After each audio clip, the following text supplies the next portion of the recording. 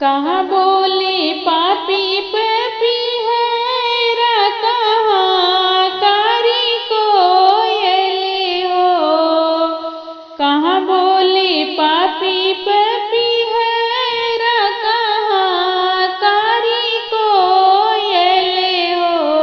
रामा कहाँ बोले पतरी तिरी, ये बात निद नहीं आवई हो।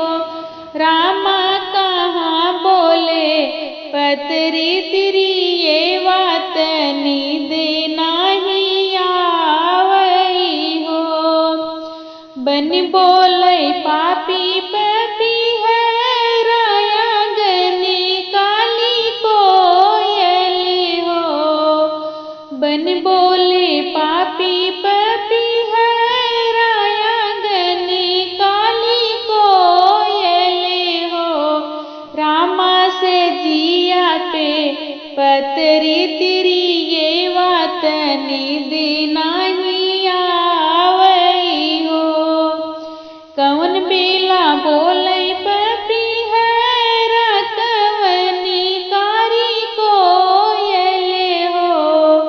कौन बेला बोले पपीहरा, कवनी काली कोयल हो। रामा कवन बेला बोले तिरी, ये बात निद नहीं लागई हो। साँझे बेला बोले पपीहरा, सबेरे कारी कोयल हो। साँझे बेला बोले पपीहरा, सबेरे कारी कोयल हो। रामाया धीरात पतरी तिरी, ये बात निद नहीं लागई हो। काहे के तरसे पपीहरा, काहे कारी कोयल हो। काहे के तरसे पपीहरा, काहे कारी कोयल हो। रामा काहे के तरसी तिरी, ये बात निद नहीं लागई हो। स्वाति जल तरसे पपीहरा, पिया बिना कोयल हो।